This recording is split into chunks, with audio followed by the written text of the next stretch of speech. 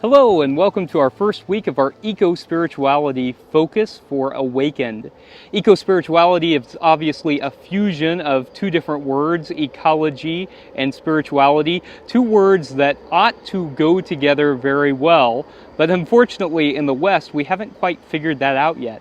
In fact, some in the West see those things as dichotomous, but I think Eastern traditions really have this right, that faith ought to be rooted in ecology. Because if the divine is present in the midst of all living things, then God is certainly present here in the midst of nature. And immersing ourselves in nature is a way of encountering God. I think that's one reason that why when people are asked where they experience God, one of the most common answers is in nature. Because God is more palpable when we are outside in nature.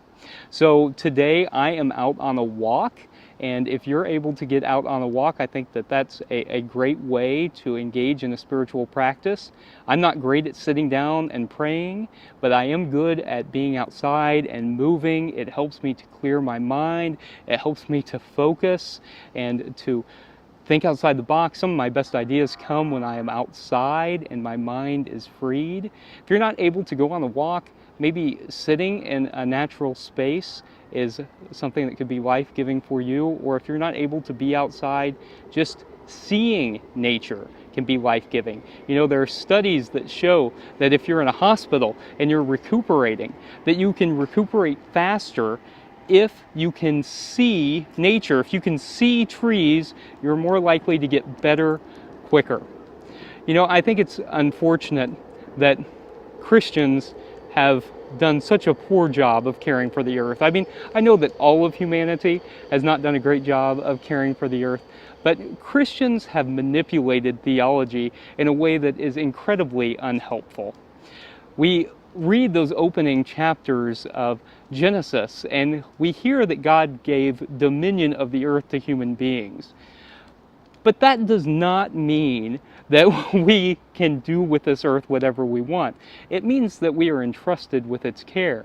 And the authors of the book of Genesis were striving to communicate that connection that human beings have with nature.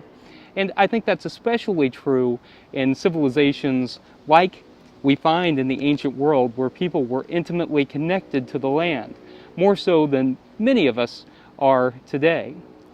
I think one of the powerful things that we find in those opening chapters of the Bible is the call to care for the earth and the recognition that God is a part of all of this natural earth and that God has claimed it all as good. I love those opening chapters in Genesis where God looks out at everything and calls it good. Matthew Fox calls this the original blessing. So many Christians focus on original sin, on us being marred by this sin of Adam that makes us inherently bad, but I prefer to focus on the original blessing. Not only because original sin was invented by Augustine and is terrible theology, but because original blessing is so life-giving when God looks out and calls all of nature good, including us. I mean, how does it reframe theology when we think of ourselves as fundamentally good instead of fundamentally bad? Doesn't that change the way that we think about ourselves in this world in which we live? This week, our spiritual practice is to be outside. Be outside. Literally stop, smell the roses, take your animal for a walk like I'm taking my dog for a walk right now, and take a deep breath and enjoy. May you encounter the living God as you experience God in the midst of nature. May it be so, and thanks be to God. Amen.